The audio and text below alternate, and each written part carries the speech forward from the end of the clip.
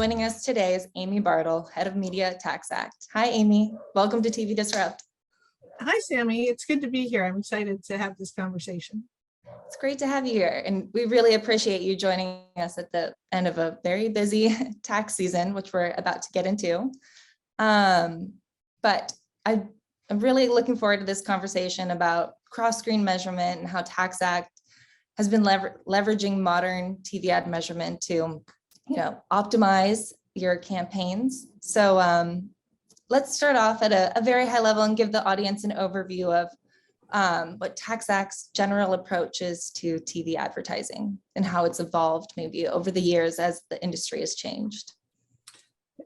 Got it. So, as we all know, TV's come on quite a journey. And, if we start first for TaxAct, as a provider of online tax filing services, we're not the biggest name in the space. And so as a challenger brand, our ability to reach consumers in cost-efficient ways, our ability to build brand, and our ability to drive sales are all incredibly important.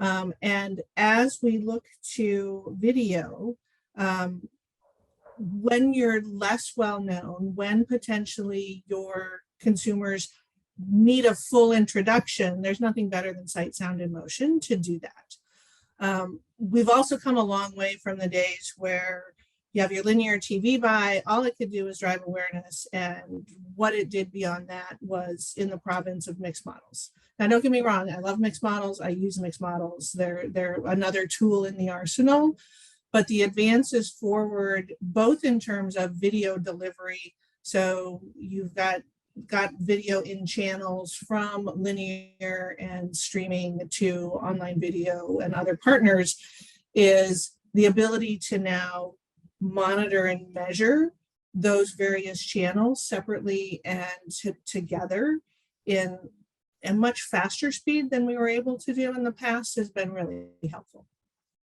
Awesome. So you guys are a little different than most brands in that seasonality impacts your campaigns. For our retail friends, think Black Friday 105 days in a row. That's about what tax season looks like. Oh my goodness, madness. Could you lend a little insight into your approach to TV advertising, maybe throughout the year, but really hone in on that tax season campaign? Certainly. So again, as I said, we provide your online services to file your taxes. So for us, January through, knock on wood, April 15th, normal filing deadlines. The last two extended seasons have been rough, but in essence, you've got Q1 and a few minutes of Q2 before the tax filing deadline. And that is really when over 90% of your activity happens. So from our perspective, in terms of our heaviest investments and largest campaigns for media, they run within the tax season proper. There is certainly some extended activity in terms of late filers, extension filers, all culminating in October. But for us, our media launches in anywhere from mid-December to early January, and then we run through tax season, and we effectively, for the majority of our tactics, go dark the day after the tax filing deadline. So it literally is an entire year of campaigning and revenue production in 16 weeks. So tax season has a very unique seasonality contained with it's entirely a very short time frame. There is in January, late January, around the time people are getting their tax documents, particularly their W-2s, and the IRS begins accepting e-file submissions from providers, is we have what we term peak one. Prior to that time, that early January time period is an opportunity for us to launch our campaigns, really focus on the awareness delivered by various mediums. So we're quite often looking for reach plays while we're running into this awareness mode and focusing more on reach and keeping an eye on frequency.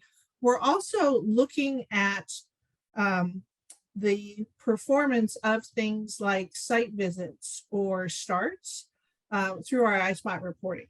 So at this stage of the game, our goal is about delivery of volume because again, this is the awareness component of our campaigns, but we're also learning along the way about which networks are giving early signals that they could be stronger performance as we move into the mid and lower funnel.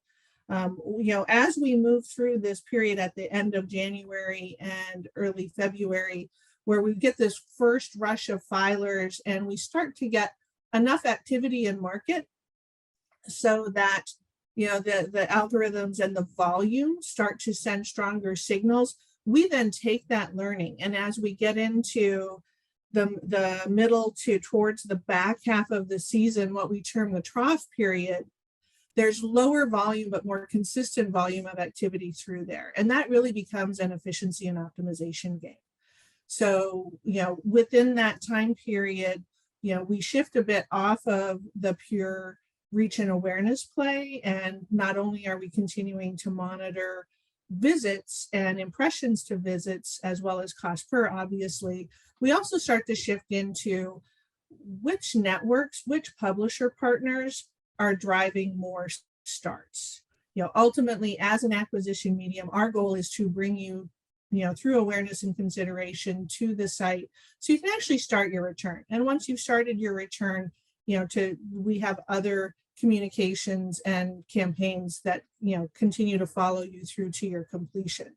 But what we found most interesting and most helpful for us is not only the ability to have the reporting at the network and publisher and station level in order for us to really optimize the buys through the season, is that we're also able to see the differences in this between which stations or publishers or content is more likely to deliver visits, so we can monitor how well those visits convert to starts. But even then, as we're in that midpoint of the season, which of those stations are really the ones that bring us people who are ready to dive in and start their tax returns. And then obviously when we get to the end of the season, it's all about wrapping it up and getting it done. And so we get heavily into performance mode, which is very much the strongest performance driven layer of our video campaigns. Interesting. That's really impressive that you guys are able to do that, as you said, in the span of 105 days. I really clung to the fact that you said that you drilled down into networks and publishers and analyze performance to make optimizations. Would you be able to share maybe some of your key learnings from video and creative so far in 2022? Certainly. There's, if we start with creative, one of the things that when you see the data isn't surprising, but off the cuff might surprise some people, is just how your different creative executions can perform better or worse on different networks. So one of the interesting learnings has been for us to see which creative executions do better on one network than the other. So we actually reflight our creative versions to the networks based on that. Interestingly enough, the Hallmark Channel is a very key driver of tax starts. I'm not divulging anything too confidential there. I know our competitors already know that because they're there as well. But as we go through and look at those pieces, we're able to compare how our linear TV impressions are delivering versus our streaming TV impressions. And in particular, how do we use our OTT and our CTV to both expand our reach to people that we can't reach through linear TV, as well as using those more targetable or more narrow audience channels to supplement and find niche audience performances.